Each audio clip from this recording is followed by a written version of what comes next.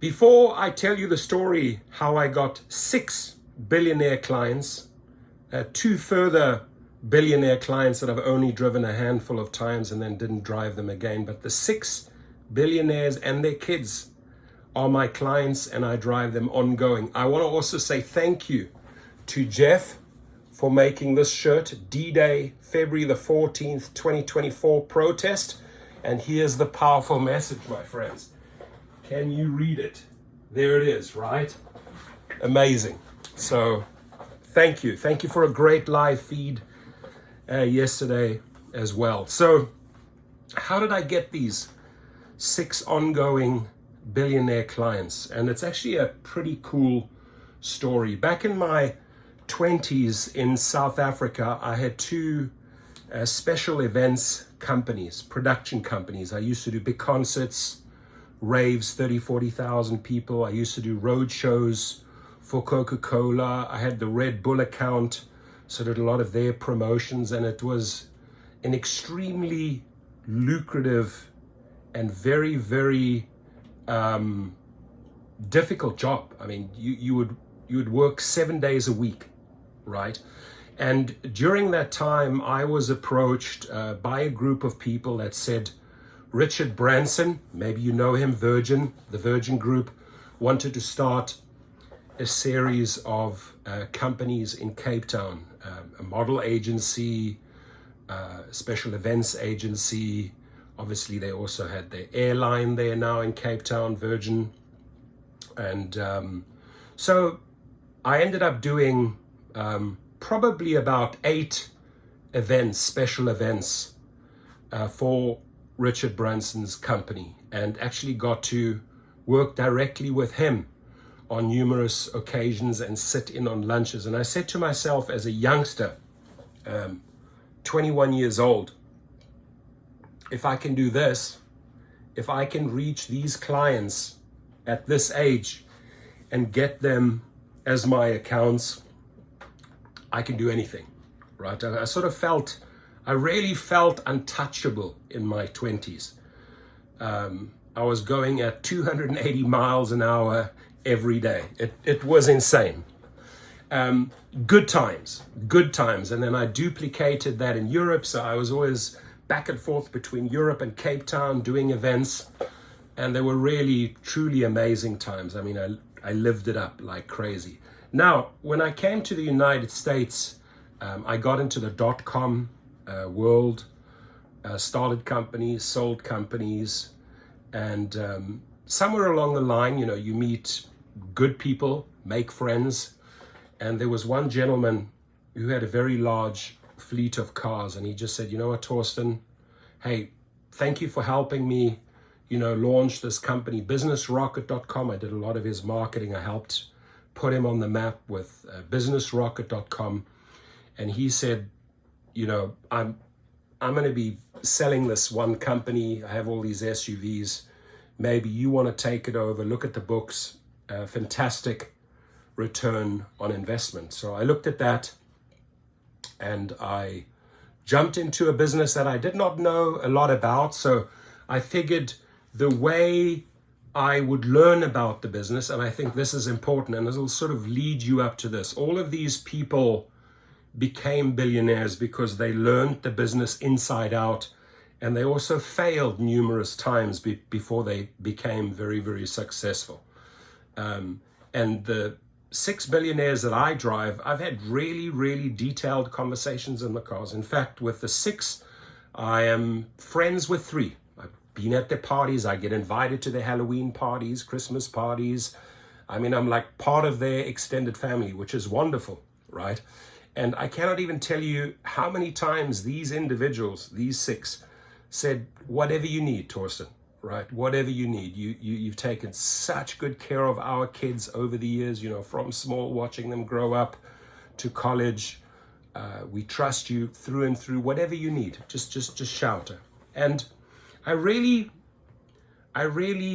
have never exercised that option, or some people say cashed in on that invite.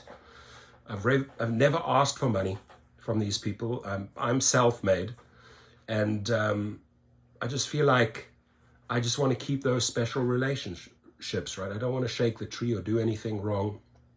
There was one incident where I was inside a car, and the one billionaire, he's a owner of one of the largest automotive dealership groups in the United States, was outside of the car in Beverly Hills having a meeting, and must overheard my conversation because the window was on. And I said to the guy, how can you miscalculate and be $10,000 short, right? I wired the money in based on what you told me, and now you're telling me we're 10,000 short. And he walked me through it and admitted that he had made the mistake, and the deal was not off, it's just that I had to wire the additional 10 grand that day.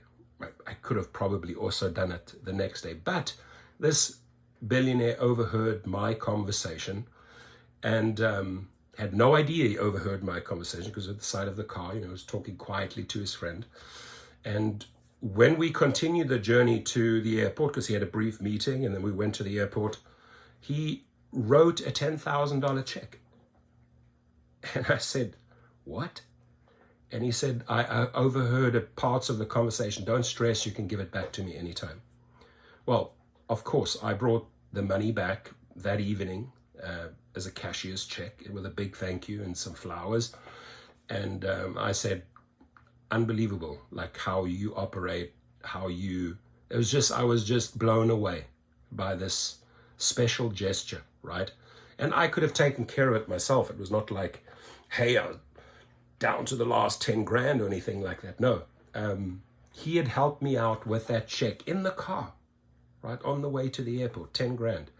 I then dropped it off in the evening at their family house. And I've had this bond and this special relationship ever since. Now, these various clients, how did I get them? I got them either through referrals with a little bit of luck and also just being real, right? Not like picking their brain and like, how did you do it? I just act like a family guy. But most importantly, it's how I treated their kids, how I kept their kids safe. Several of these billionaires, all here in LA, Hidden Hills and Calabasas, Beverly Hills,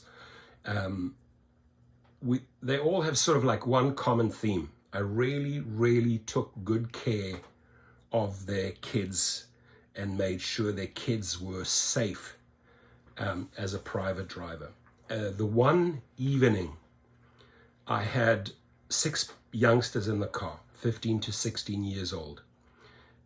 2 of the youngsters each had parents which were my clients. They were billionaires. So I literally had 2 billionaires' kids, different families, in the same car. And we went to an event, and they were done at about 12:30, 1 a.m. It was in a pretty dodgy area, like in an industrial park, Burbank, close to the airport.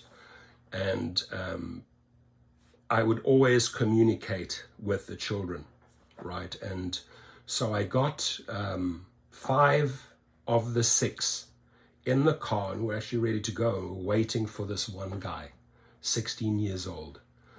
And I felt something was wrong, and they said, no, can you go and check on them? So I said, listen, I'm going to lock the car. You stay in the car. Nobody gets out. My orders, right? So I walked down this alley, and the kid had a bottle of tequila, which had about a quarter left. He was drinking it. It was completely wrecked, this little 16-year-old. And he was facing a group of homeless guys. And 2 of the guys stepped forward, and I'm walking towards the kid, and I can sense something's about to happen. And this little prick says the wrong word to these 2 African-American homeless guys. You can imagine what he said. So I immediately ran towards the kid, like shouting at him, like, WTF, who do you think you are talking to them? And these guys drew knives. And they said, well, we'll kill this kid. And I said, listen, he's drunk. I'll try to reason. You try to reason with a couple of guys, right, who have a little homeless encampment, who have knives, and they're up against a drunk 16-year-old that called them the worst profanities. So I pushed the kid back. I stood between them. My training definitely came in very handy. I was fairly calm. And I said, listen, and I always for this reason carry cash on me. Always. You'll always see a few hundred in my pocket at every single time. And I said, listen, it's not my kid. I'm going to F him up. Don't worry, I'll take care of that. You don't have to do that. $100 and you walk. So they thought, $100 and we walk. They looked at like, so I pulled 100 out. And I said, you walk. I walk with a kid that way. I'll mess him up for you. You guys walk that way. And they thought, hey, here's an opportunity to make $100. But I said, if you take the 100, I still said, I looked at the guy, so if you take the 100 and you don't walk, then you deal with me. And the guy like laughs. And I said, good luck. I said, I'm not afraid. You guys got 2 knives. You don't know what I have on me.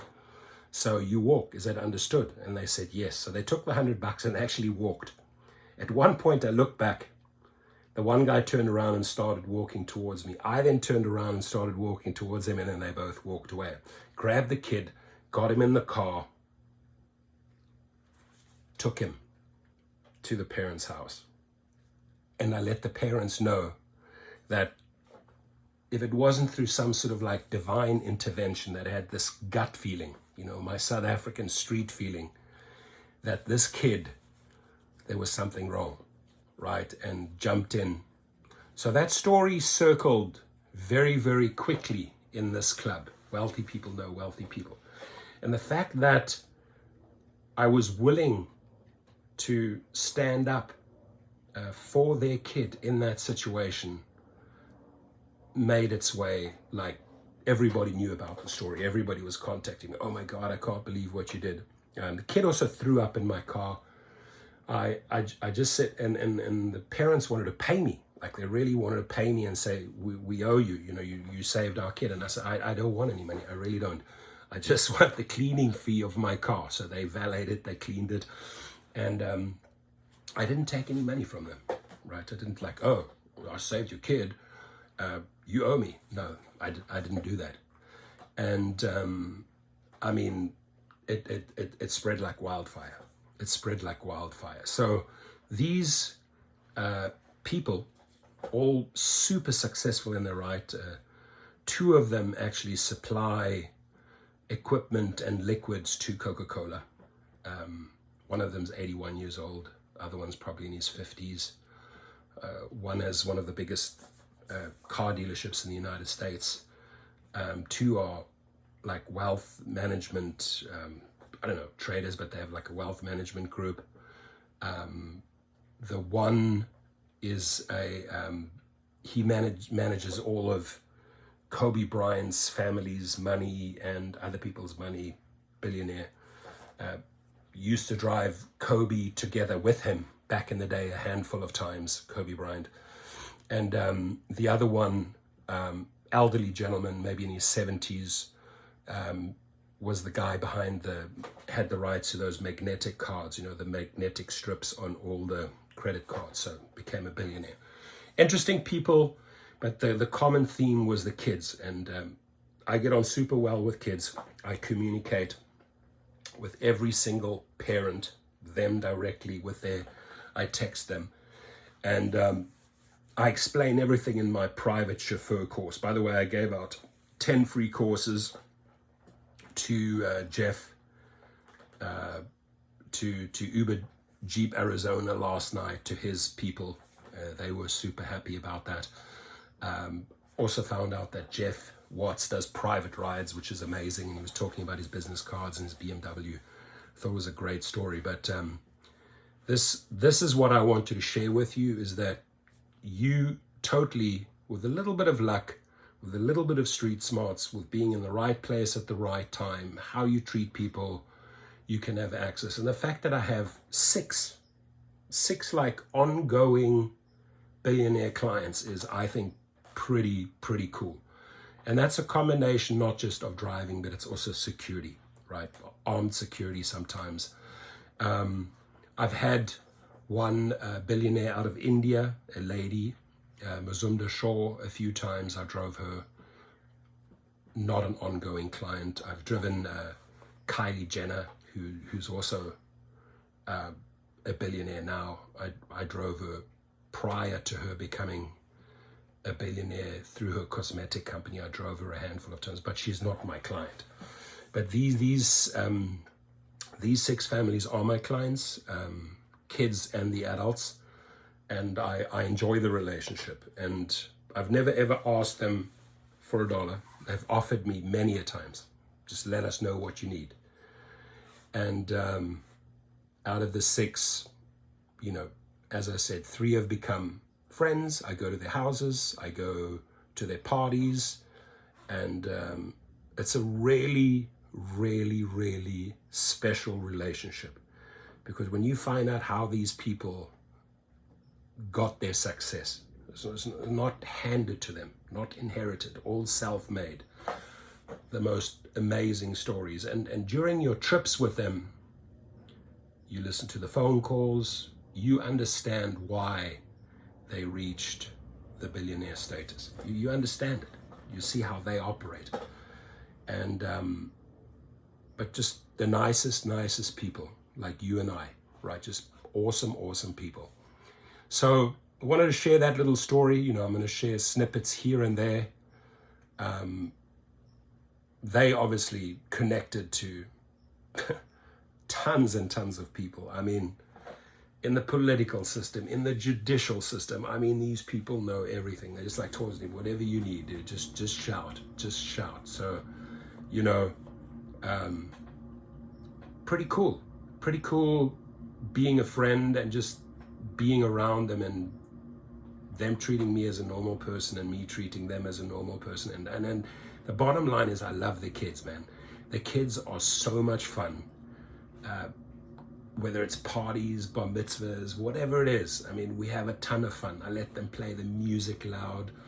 Obviously, I don't let them smoke in the car. I don't let them drink in the car, but we party it up, man. We party it up, and it's great. Sometimes I'll just get a text message from one of their kids. Hey, I'm stuck here at this party. I can't get home. I said, just get the okay, the blessing from your parent, and I'm on my way. And you know, the parents know, or they'll text me and say, oh my God, I'm so sorry, but you know, can you get her or can you get him at 12 p.m. or 1 a.m.? No problem. I am always there. I'm always there. If I can, I tell them I will go. It doesn't matter whether it's 2 or 3 or 4 a.m. Wherever you or your kids are stuck, I will be there. And I've shown them over the years again and again that when they text, whether it's an emergency call, I need this done, or shit, I forgot this, and it's just little things. And many a times it's not even people in the car. Many a times are just picking up things for these people. I still bill them the same way, but I'm always punctual and I'm always there. Now I teach you, the reason why I'm telling you the story, I don't think there's many people that can say, hey, you know what, I've not one, but I've 6 billionaire clients. And if I total up all the people billionaires that I've worked with, they've actually 9 of them, right? Directly I've done work for. So, but how do you access, how do you get them? I explain everything in great detail in my Gig Rocket course, the private chauffeur course below. So thank you for listening to this little story. I'll share many more.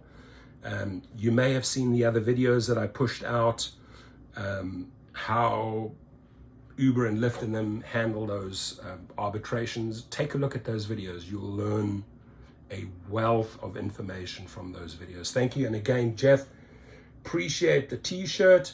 Everyone, JNB Watts, I'll leave the link below. In fact, there it is. I think this is the link here. Where is it? That's the link. Go onto that, jnbtees.com. Get your shirts for the February the 14th, the big global protest day. Thank you, and your comments, please.